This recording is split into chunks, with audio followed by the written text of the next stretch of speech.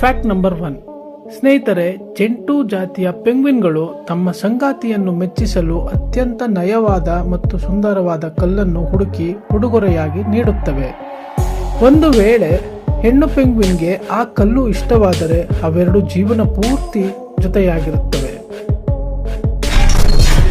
Fact number 2. ಮನುಷ್ಯನ ದೇಹದ ಅತಿ ದೊಡ್ಡ ಮೂಳೆ ತೊಡೆಯ ಮೂಳೆ ಎಂದು ನಮಗೆ ಗೊತ್ತು. ಆದರೆ ಅತಿ ಸಣ್ಣ ಮೂಳೆ ನಮ್ಮ ಕಿವಿಯ ಒಳಗಿರುತ್ತದೆ. ಇದನ್ನು ಸ್ಟೇಪಿಸ್ ಎಂದು ಕರೆಯುತ್ತಾರೆ ಮತ್ತು ಇದು ಕೇವಲ ಒಂದು ಅಕ್ಕಿ ಕಾಳಿಗಿಂತಲೂ ಚಿಕ್ಕದಾಗಿರುತ್ತದೆ. Fact number 3. ಆಮೆಗಳು 100 ವರ್ಷ ಬದುಕಬಲ್ಲವು. ಜೊನಾಥನ್ ಎಂಬ ಹೆಸರಿನ ಸೀಶೆಲ್ಸ್ ದೈತ್ಯ ಆಮೆ ಪ್ರಸ್ತುತ ವಿಶ್ವದ ಅತಿ ಹಳೆಯ ಜೀವಂತ ಭೂಚರ ಪ್ರಾಣಿಯಾಗಿದ್ದು ಅದರ ವಯಸ್ಸು ಸುಮಾರು 192 ವರ್ಷಗಳು.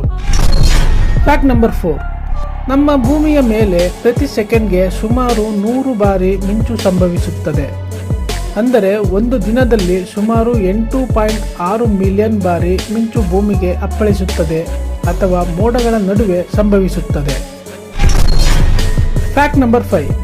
ಪ್ರಾಚೀನ ಮಯಾನ್ ನಾಗರಿಕತೆಯಲ್ಲಿ ಚಾಕೊಲೇಟ್ ತಯಾರಿಸಲು ಬಳಸುವ ಕೋಕೋ ಬೀಜಗಳು ಹಣದ ರೂಪದಲ್ಲಿ ಬಳಸಲಾಗುತ್ತಿತ್ತು. ಆಗಿನ ಕಾಲದಲ್ಲಿ ವಸ್ತುಗಳನ್ನು ಖರೀದಿಸಲು ಈ ಬೀಜಗಳನ್ನು ನೀಡಲಾಗುತ್ತಿತ್ತು. Fact number 6. ಬಸವನ ಹುಳು ನೋಡಲು ತುಂಬಾ ಮೃದುವಾಗಿ ಕಾಣುತ್ತದೆ. ಆದರೆ ಆಶ್ಚರ್ಯದ ವಿಷಯವೇನೆಂದರೆ ಕೆಲವು ಜಾತಿಯ ಬಸವನ ಹುಳುಗಳ ಬಾಯಿಯಲ್ಲಿ ಸುಮಾರು 12,000ದಿಂದ 20,000ದವರೆಗೆ ಸೂಕ್ಷ್ಮವಾದ ಹಲ್ಲುಗಳಿರುತ್ತವೆ. Fact number 7. ಚೀನಾ ದೇಶವು ಭೌಗೋಳಿಕವಾಗಿ ತುಂಬಾ ದೊಡ್ಡ ದೇಶವಾಗಿದ್ದರೂ ಇಡೀ ದೇಶವು ಒಂದೇ ಒಂದು ಟೈಮ್ ಝೋನ್ ಅನ್ನು ಅನುಸರಿಸುತ್ತವೆ.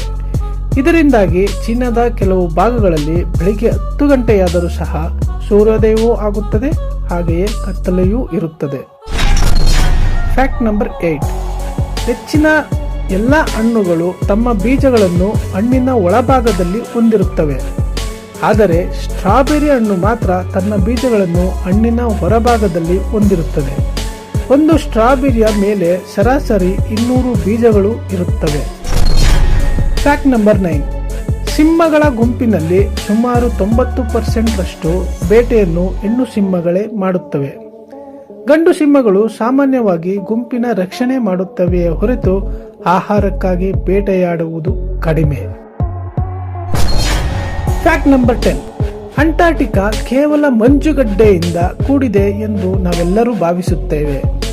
ಆದರೆ ಅಲ್ಲಿ ಮೌಂಟ್ ಎರ್ಬಸ್ ಎಂಬ ಸಕ್ರಿಯ ಜ್ವಾಲಾಮುಖಿ ಇದೆ.